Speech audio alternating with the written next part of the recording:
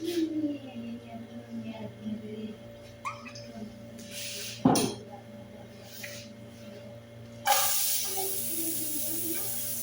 যেটু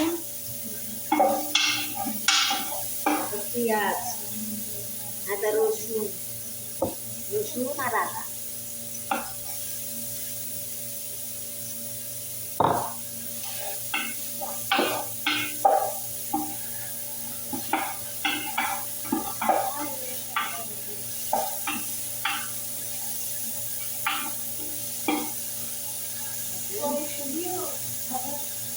আদা, জিরে, গরম মশলা আর হলো ধনের গুঁড়ো আর হলুদ আর লবণ।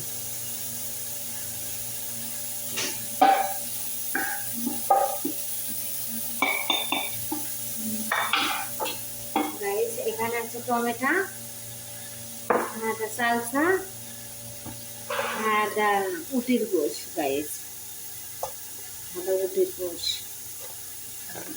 আর আলু দিয়ে রান্না করব আপনার ঢ্যাঁড়স।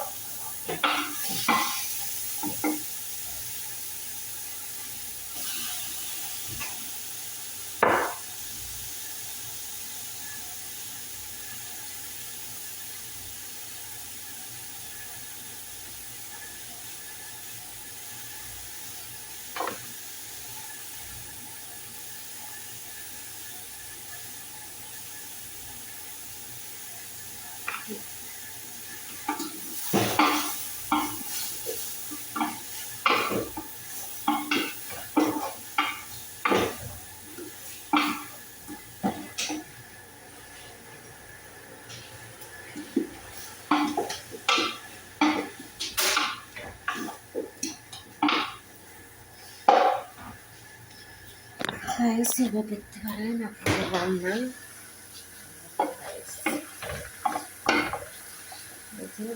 রান্না করতেছি। আসসালামু আলাইকুম গাইস।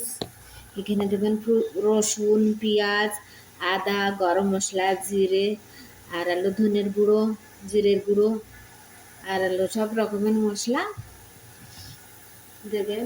আদা ফিলফিল আসওয়াদ, আপনারা দিতে পারেন ফিলফিল আসওয়াদ, বাদেন হলুদ, লবণ আর আলু সালসা। ব্যাস, ঝাল দেবেন না, ঝাল খাই না এরা, ঝাল ছাড়াই রান্না করে গাইস। আশা করি খুব ভালো থাকবেন, সুস্থ থাকবেন গাইস। আসসালামু আলাইকুম গাইস। আমি এখানে আলু ডালে ঢেলে দিলাম যে রান্নাটা খুব সুন্দর হয় আর আলু দিলে অনেক স্বাদ লাগে, তাই জন্য।